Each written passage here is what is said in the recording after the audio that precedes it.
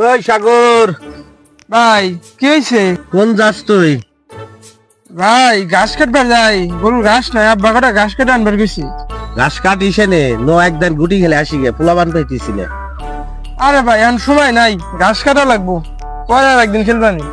চল যাই, একদিন খেলে আসি গে।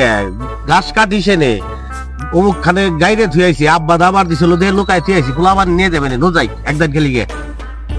আরে ভাই তুমি এত করে করতে চাও, নাও ঘাস পরে খেটবানি, একদিন খেলে আস নাও।